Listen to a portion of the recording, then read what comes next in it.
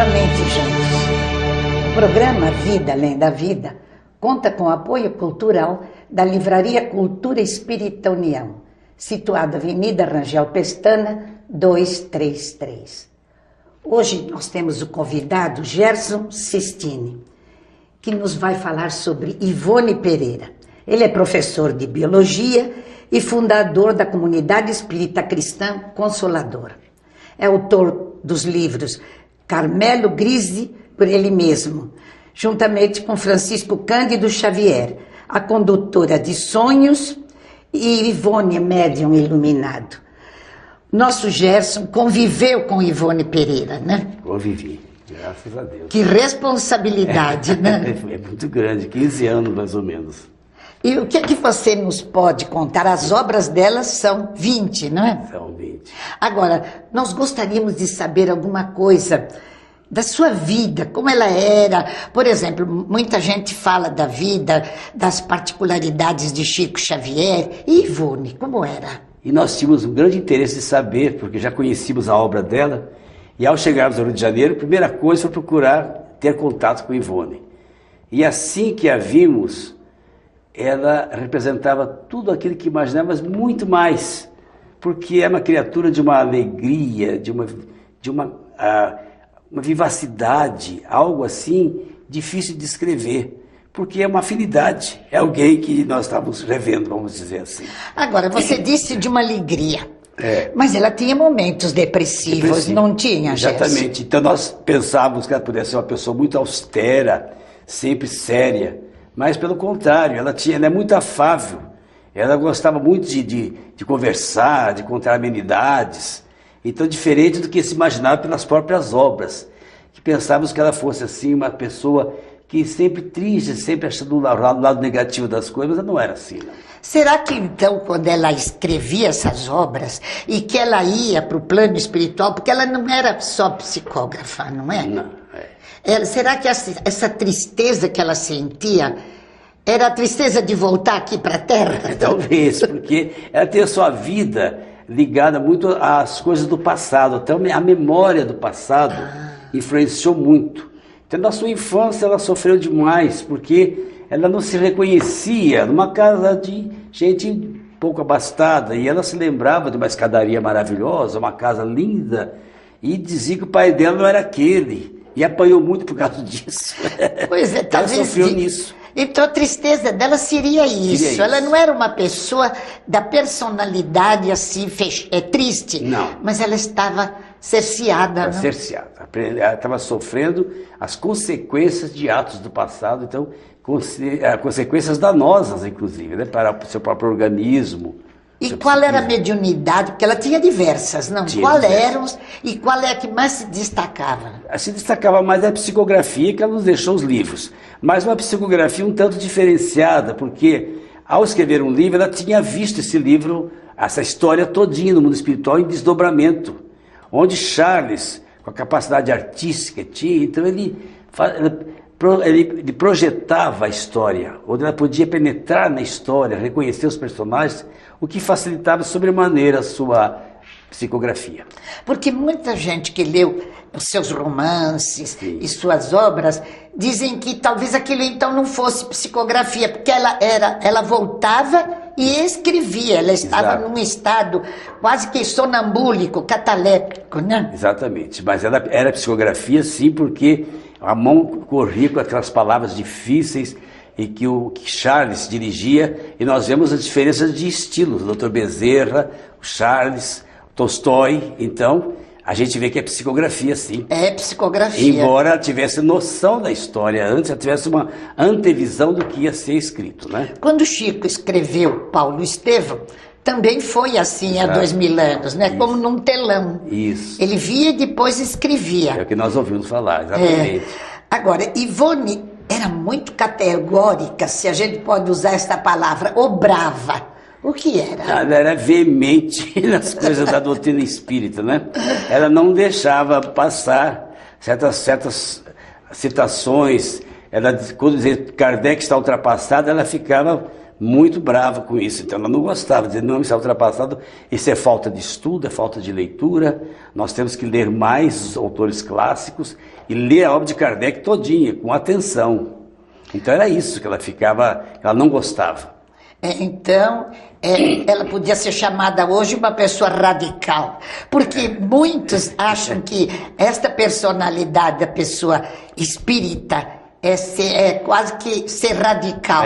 Então ela era radical sendo espírita. Mas depois, quando a gente conversava, ela de uma mansidão, ela tinha que fazer as concessões, de compreender o ser humano. Então ela tinha essa bondade muito grande, esse perdão imanente dela, das pessoas, mas quando se tratava das coisas, da doutrina em si, aí ela não transcendia em nada. Todas as fotografias que me chegaram em as mãos, da Ivone, ela já estava mais envelhecida, bastante gorda. Isso. Ela era uma pessoa bonita, Gerson? Imagina que nós temos a fotografia dela em outras obras, que era uma jovem muito bonita, foi uma jovem muito bonita. Porque eu pergunto isso porque ela não casou-se. Não se casou. Não, isto talvez tenha sido para ela, como ela diz em muitas obras, quase que um resgate. Um resgate, um castigo, segundo ela. Porque ela disse que, olha, eu fiz de tudo para arrumar um namorado, inclusive arrumei noivos, mas sempre advertida que não daria certo. Agora, nos livros Recordações da Mediunidade, Devassando do Invisível, registramos uma constante atuação de Dr. Bezerra de Menezes. Como Ivone tinha esta ligação com Bezerra? Era igual a do Chico? Era diferente? Era um pouco diferente. Ele a tratava como uma filha. E que viemos saber mais recentemente por outras pessoas, de que ela sabia que havia sido uma filha em encarnações passadas.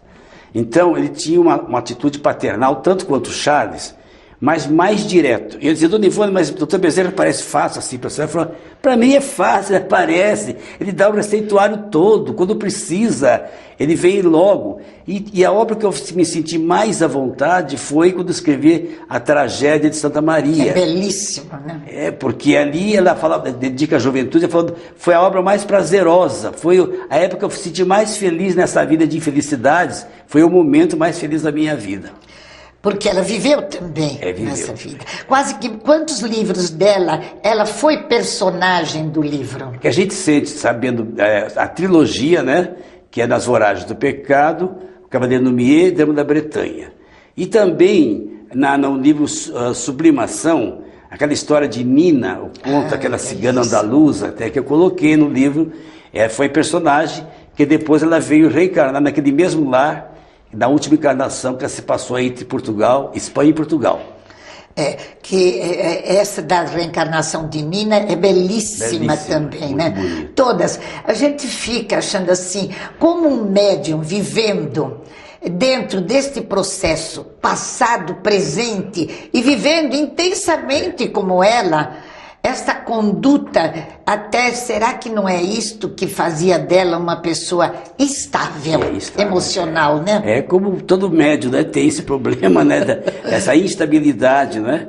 Isso realmente, porque ela era uma pessoa interexistencial, segundo o Herculano Pires. Isso mesmo. Como o Chico. Então ela tinha sua ligação no mundo espiritual, junto com as entidades mais próximas da família, com ela e com as pessoas que a visitavam. Às vezes a gente sentia que certas pessoas estando presentes davam uma certa tristeza, talvez não bem acompanhada espiritualmente, então ela não ficava muito à vontade. Enquanto com outras pessoas ela se sentia totalmente à vontade. Por causa da sensibilidade, né, que é muito grande. Por que Ivone, tendo uma obra tão bonita, ela é tão pouco conhecida? Por quê? Houve uma espécie de um preconceito com o livro Memórias do Suicida, que foi a maior obra que teve.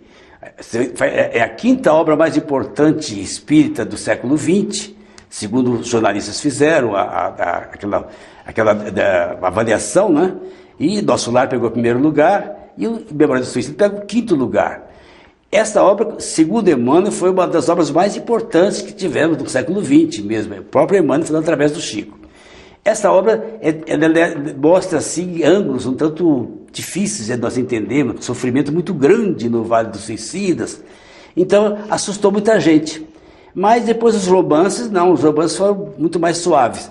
Mas ficou algo assim, das pessoas não... Talvez a linguagem clássica do português tão maravilhoso não fosse tão apreciado por pessoas menos cultas. Talvez seja por aí também, né? E o que ouvimos, por exemplo, dizem... Eu não sou dessa opinião, sim, porque foi um dos meus primeiros livros espíritas. Mas muita gente diz, o livro Memórias de um Suicida é muito pesado para principiantes. Mas será que é para principiante na doutrina ou é para aquele que já traz o espiritismo de alguns séculos junto? Né? Esse livro, a gente nota que o principal objetivo é cair na mão da pessoa e que esteja tendendo ao suicídio, ela desista da ideia. Como foi com um amigo meu, que não era espírita, leu e falou, olha, eu não sou espírita, mas eu nunca vou me suicidar depois do que eu li aqui. Então foi um antídoto, né? Uma vacina contra o suicídio. Né? Camilo Castelo Branco deixa aquilo tão bem explicado e muito importante também lê-lo hoje, porque... fala muito bem sobre o aborto, né? E suas consequências. Agora, o que levou Ivone a escrever livros? Por causa dessa possibilidade que ela apresentou para o mundo espiritual, já trazia uma bagagem de literatura de vidas passadas. E com essa, vamos dizer assim, esse problema de eu ter essa memória perfeita dos desdobramentos, faz com que eu possa descrever o mundo espiritual. Embora sofra muito com isso. Mas ficou como sendo uma consequência de suicídios consecutivos. E então ficou uma brecha, vamos dizer assim, no perispírito dela, que abriu a lembrança do passado com facilidade. Mas os espíritos, vendo que ela venceu essa fase de desequilíbrio, aproveitaram esta oportunidade de ela ter essa memória para usar na literatura. Agora... Ela tinha só curso primário, só primário, nada mais do que o primário. Mas era autodidata, então. Mas ela sempre se interessou por tudo, conhecia. Quando nós conversávamos sobre o século XVI, XVII, ela sabia exatamente tudo, todas aquelas famílias reais da Europa, mas toda depois ela sabe tudo, eu gosto muito, eu sei tudo isso. Que eu dizia da Catarina de Médici, da corte, que aquela rainha, que a Maria Stuart, foi nora da... eu sei que ela foi nora, foi do Carlos... Ela sabia tudo. Então, é como se fosse uma professora de história falando com a gente ali. E viveu na França, viveu na Europa, toda a parte ibérica. Então, isso trazia recordações, não precisava fazer regressão de memória. Nada, ela sabia como era a vegetação, como era o clima, tudo. Os perfumes também ela sabia perfeitamente, o cheiro típico dos locais da Europa. E os livros dela todos foram publicados e por onde? Que editoras? Ela sempre afirmava para nós que o Dr. Bezerra havia insistido que ela procurasse apenas a Federação Espírita Brasileira para ser editada as suas obras. A Memória do Suicida foi rejeitada várias vezes, em vários anos, a ponto de ela querer queimar a obra, né? A hora que ela ia queimar a obra, o Dr. Bezerra aparece e falou, não, espera minha filha, mais um pouquinho de paciência. Então, ela se comprometeu com o Dr. Bezerra a dar suas obras todas para a Federação Espírita Brasileira. E não mais nenhuma outra editora. Então, todas as obras foram da Federação. Posteriormente, depois do seu desencarne, algumas obras surgiram dela mesma, de entrevista, por outras editoras. Voltamos com Vida Além da Vida. Um programa que conta com o apoio cultural da Livraria Cultura Espírita União, situada Avenida Rangel Pestana, 233. Hoje entrevistando Gerson Sistini. Em seu livro você destaca que Ivone lembrava-se quando tinha conversado durante os desdobramentos. Esses acontecimentos eram raros ou constantes? Talvez constantes, né? Alguns deles foram passados para os livros, né? Quando os mais importantes desses desdobramentos, que consta inclusive em Memória de Suicida, um personagem que ela conheceu, mas que não está no livro, mas ela fazia parte. E que depois, um dia, se encontrou com ele. Não sei se vai ser falado depois isso aqui. Nós vamos falar sobre esse assunto. Mas, esse rapaz que ela conheceu do mundo espiritual, falou, eu vou reencarnar na sua família. E assim aconteceu. E ela os conhecia depois como encarnados. Depois como encarnados. A sobrinha dela também, uma sobrinha que participava de lá. E no caso, por exemplo, quando Ivone, ela via estas pessoas encarnadas, ela falava ou era aquele médium mais prudente? Ela era mais prudente. Ela dizia para as pessoas, não sei se ela diretamente ela não ia conversar. Ela falava, fulano de tal é fulano, você pode reparar o jeito dela. Então ela dava as características. Mas ela, na minha frente, nunca ela disse, você é fulano de tal reencarnado. Ela nunca falou isso. Agora, Ivone morava com uma família, com sua irmã, não é? Amália. Amália. E os sobrinhos, ela tinha muita ligação. Não era uma pessoa sozinha. Não, não era. Ela foi acolhida pela família, assim dizia. Eu fui acolhida pela minha irmã. Viveu sozinha em outras épocas. Lá no Rio de Janeiro, passou muitos problemas. Viveu sozinha em Belo Horizonte, aí essa parte eu não conhecia, de vez em quando se referia de que ela morava sozinha, morava em vagas, com outras pessoas, mas depois ela foi, então a irmã dela convidou para morar junto, e assim ela ficou até o final da vida. Ela morou em Pedro Leopoldo também? Ela morou em Belo Horizonte e frequentou Pedro Leopoldo nas reuniões do Chico. Porque o Chico tinha profundo respeito sobre a mediunidade de Ivone, né? Eu ouvi o Chico dizer que em 100 anos não sairia outro livro como Memórias de um Suicídio. Um século, hein? Saíram muitos, mas agora costuma acontecer isso, não é, Gerson? Sai um livro com uma linha X. Aí eles pegam o atalho, desenvolvem com outras palavras e sai vários livros. Então isso aconteceu depois de Memórias de um Suicídio. Né? Saíram vários... Falando sobre obsessão também, mas o da Ivone era inédito, não era? Foi a coisa mais perfeita, né? Porque ela recebeu em 1926 esse livro. Ela era muito jovem. Ela nasceu, na realidade, no ano de 1900, não 1906, como consta em algumas biografias, porque foram verificar lá em Rio das Flores, 1900, o ano do nascimento. Então ela tinha 26 anos quando começou a receber a Camilo Castelo Branco, né, o escritor português, que ela nem sabia direito de quem se tratava.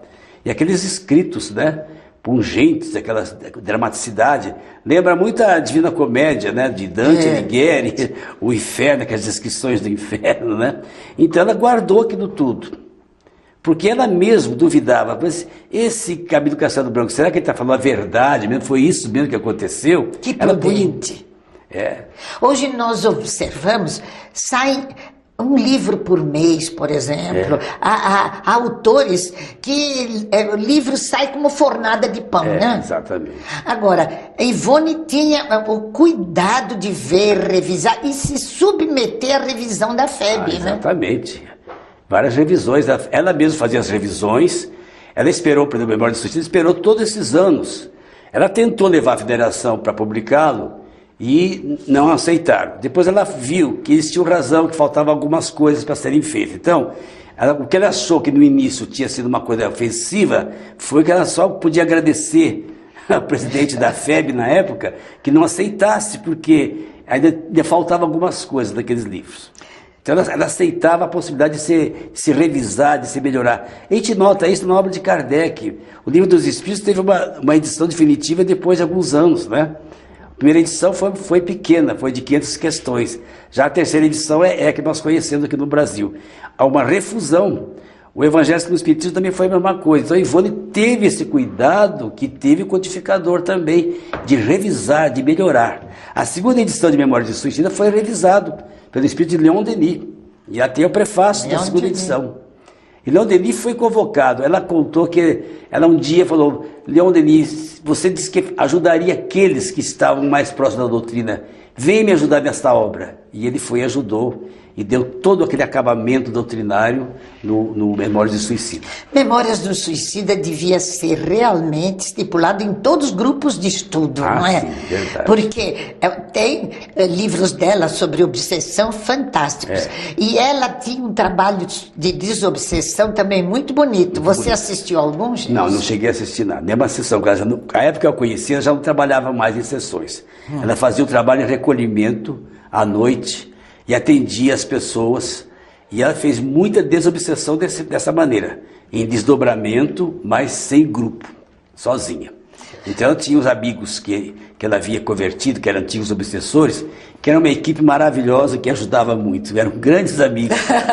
E ela também ajudou a muitos cultos sobre suicida, muitos centros a fazerem reuniões especiais para suicidas, verdade. Não? É como a Dona Mãozinha, estávamos falando, né? Que ela abriu um trabalho junto com ela, até hoje ela tem lá em Petrópolis um trabalho dedicado aos suicidas. Né? Só com a orientação da Ivone também, né? A orientação da Ivone. Agora, o centro em que a Ivone frequentava, ele continua, não é? Lá em Lavras? Não, no Rio. Não, ela não tinha, ela não tinha um centro que ela frequentava, ela ia na União Suburbana, então vários centros espíritas. Sim. Quando eu a conheci, em 66, ela já ia rarissimamente fazer uma palestra, então não vi a Dona Ivone fazer nenhuma palestra. Ela já estava abandonando as palestras. Não houve essa oportunidade. Ivone era uma pessoa doente, porque ela viveu muitos anos, mas aquele estado dela sonambúlico, aquela maneira dela, isso dava a ela a impressão de ser uma pessoa mais debilitada, não era? Isso ela conta e falava que ela foi assim. Em 42 ela ficou 2 meses inconsciente, né? Então ela conta no Devastação Invisível, memória, recordações, sobre dela, recordações da mediunidade, não é isso? Recordações da mediunidade. Então, ela nessa obra, ela mostra também que ela teve esse desligamento, mas depois ela se equilibrou, ficou muito sadia. Quando ela conhecia, não tinha mais doenças assim. Ela teve um problema de vesícula, fez a cirurgia, deu tudo certo. A anestesia prejudicou muito na parte de mediúnica e demorou alguns meses para ficar novamente boa, por causa da anestesia que houve um problema com ela. Que sensibilidade mediúnica que até a anestesia afetou, né? Demais. Ela tinha medo da anestesia e aconteceu que ela falou que ela percebia tudo lá no hospital, queria ajudar as pessoas, mas ela não conseguia sentir diretamente o Dr. Bezerra, ela não conseguia, porque o sistema nervoso estava abalado. Mas o Chico, quando operou-se aqui em São Paulo, ele conversou com o médico também, que ele pedia para certas drogas não serem colocadas, porque afetaria realmente essa parte mediúnica. Isso. Agora, ela falava sobre o conhecimento entre encarnados, das pessoas que ela via, ela falou alguma coisa sobre os encarnados que ela mantinha contato ainda? Ela falava algumas da família, né? O seu parente, né? Que tem uma história trágica, que ela conheceu lá no mundo espiritual, que reencarnou. Então, quando eu a conheci, estava desencadeando todo aquele drama desse sobrinho, né? Então, convivia com eles. E mais outras pessoas não tenho memória. Assim, eu só sei que ela viu alguns daqueles suicidas reencarnados lá no centro do Rio de Janeiro, e quando ela foi caminhar na cidade, um daqueles pedintes deformados, com aquelas deformidades, ela reconheceu algum deles, sentiu uma piedade profunda. Ela realmente veio preparada com essa tarefa especial. Nesse tipo, os médios trazem muitas vezes várias tarefas a serem cumpridas, mas a primordial dela era essa, né? Era essa, atendimento, e ela dizia assim: eu sou médium conselheiro. Por que você não se torna médium conselheiro? Eu falei: Dona Ivone, eu tento, mas eu não tenho essa faculdade, eu não posso adquirir uma faculdade que eu não tenho. Então, faz muita falta no Centro dos Espíritos médios conselheiros, mas ela era excelente. Ela não deixava uma das consultas para trás, ela respondia a todas. Chico dizia isso, exatamente, que fazia muita falta que se tivesse plantões nas casas espíritas de médiuns conselheiros, que se dispusessem a conversar, a orientar, a aconselhar, plantões de 24 horas, Gerson. Você imagina. E a gente realmente acha que só deve ir ou na reunião mediúnica ou nas grandes palestras, né? É verdade. Ivone formava pequenos grupos em sua casa, né? Ela atendia as pessoas. Ela tinha somente o trabalho dela, porque eu conheci a Ivone já no final da sua existência, nos últimos 20 anos da sua vida, né? Então ela já tinha feito muita coisa dessa natureza, mas que eu não participei, não conheci. Mas ela ficava no quartinho dela. Havia sim culto do lado da Dona Amália, e lá tinha manifestações do Charles. Isso ela me contava, estou me lembrando agora. E ela tinha o culto deles.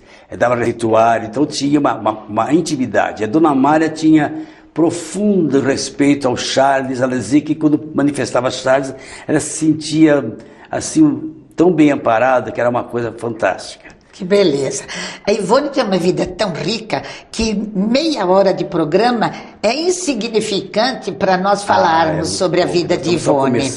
Agora, nós vamos abusar do seu conhecimento de Ivone, e você estará conosco, porque Ivone tem um lindo caso de amor, né? Não é esse amor que a gente sabe, diz a alma gêmea, encontrou a alma gêmea e a pessoa descontrola, desequilibra. Mas nós vamos convidar você que ligue na próxima semana, o Vida Além da Vida, que Gerson vai contar uma linda história de amor de Ivone. Venham, nós estaremos juntos. Até a próxima semana, se Deus quiser.